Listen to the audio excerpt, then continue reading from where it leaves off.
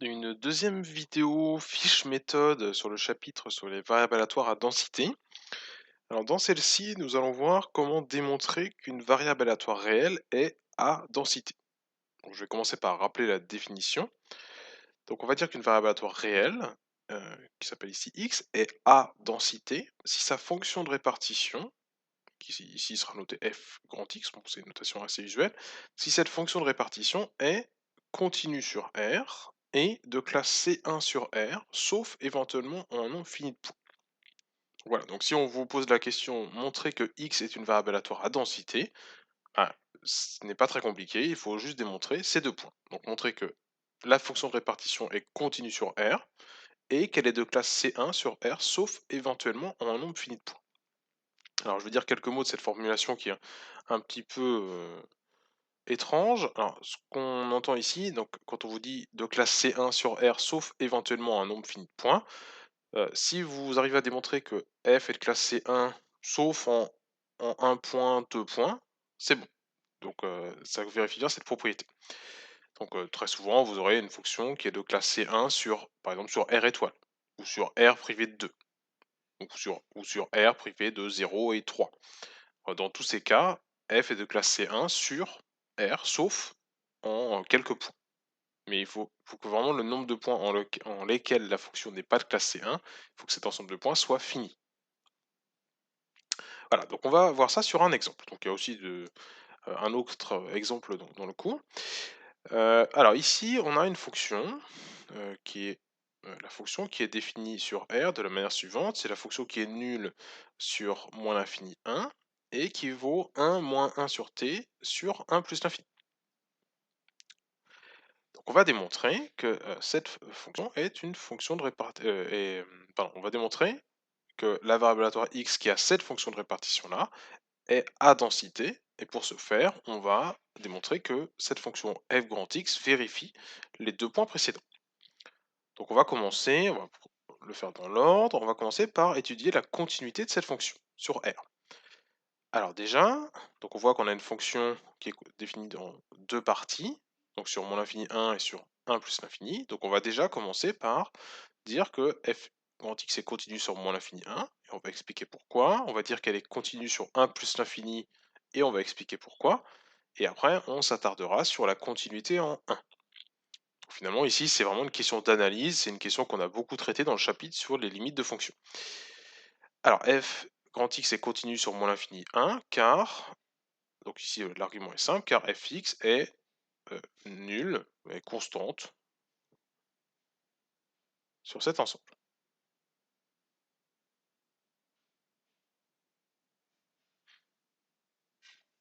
Voilà, donc on a une fonction qui est constante sur l'intervalle moins l'infini 1, donc clairement elle est continue sur cet ensemble-là. Ensuite, fx est continu sur 1 plus l'infini. Alors de la même manière, là c'est assez simple à démontrer, car c'est la somme de deux fonctions continues sur cet ensemble. Alors, ici c'est un intervalle, donc sur cet intervalle. Ou la somme ou la différence, donc je vous rappelle, fx de t sur 1 plus l'infini, c'est 1 moins 1 sur t. Donc fx de t est la différence de deux fonctions usuelles, une fonction constante et la fonction inverse. Et la fonction inverse, on sait qu'elle est continue partout sauf en 0. Et ici 0 n'est pas dans cet ensemble. Voilà, donc déjà fx est continu sur moins l'infini 1 et sur 1 plus l'infini.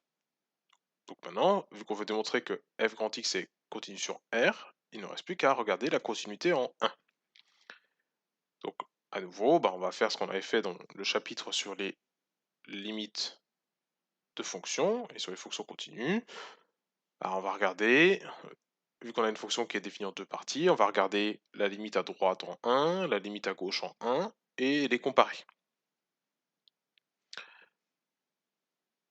Donc on va commencer par la limite à gauche en 1, puisque c'est la plus simple à déterminer. Bon, l'autre n'est pas très compliqué non plus. Donc la limite à gauche en 1, donc si on fait tendre t vers 1 par valeur inférieure, fx de t va être nul.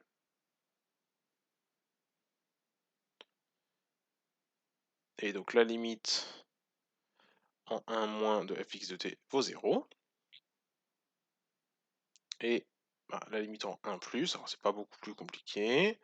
La limite en 1 plus de fx de t, bah, c'est la limite de 1 moins 1 sur t quand t est envers 1 par valeur supérieure, donc quand t est envers 1 plus, et ça, bah, clairement, c'est aussi égal à 0. Donc on en déduit que fx est continu en 1, car, alors je vais quand même le rajouter, car la limite à gauche en 1 est égale à la limite à droite en 1, et je vous rappelle qu'il faut aussi dire que c'est bien la même chose que fx de 1. Donc tout ça fait 0. Voilà, ça permet au passage de faire pas mal de révisions aussi sur les fonctions continues, sur l'étude de limites. Voilà, donc ici, on a donc démontré que fx est continu en 1, puisque les limites à gauche et à droite coïncident, et qu'elles sont toutes les deux égales à la valeur de la fonction en ce point. Donc si on résume, fx est continu sur moins l'infini 1, sur 1 plus l'infini, et en 1. Donc on peut affirmer que fx est continu sur R. Donc on a démontré le premier point. On va maintenant passer au deuxième point. Donc on veut démontrer que, je vous rappelle que la fonction fx est de classe C1 sur R, sauf peut-être en un nombre fini de points. Donc il se trouve que, bah, pour démontrer ça, on va procéder de la même manière. F de grand X est de classe C1 sur moins l'infini 1.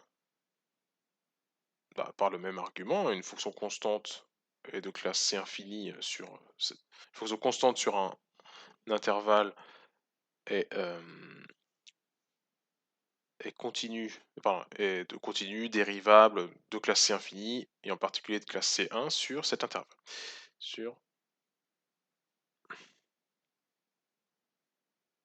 Donc on a une fonction qui est de classe C infini sur mon infini 1, donc elle est forcément de classe C1 sur mon infini 1. Et pour regarder ce qui se passe sur 1 plus l'infini, bah, c'est pareil, c'est le même argument que tout à l'heure.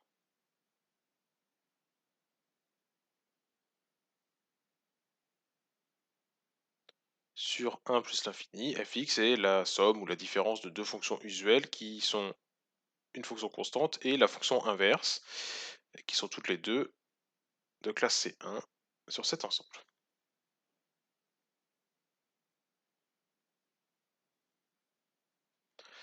Donc, bah, si on résume tout ce qu'on a dit là, f est de classe C1 sur R privé de 1. Et bah, en fait, on va s'arrêter là, on n'a pas besoin d'aller plus loin, puisque là, on vient justement de démontrer que f est de classe C1 sur R, sauf en un seul point.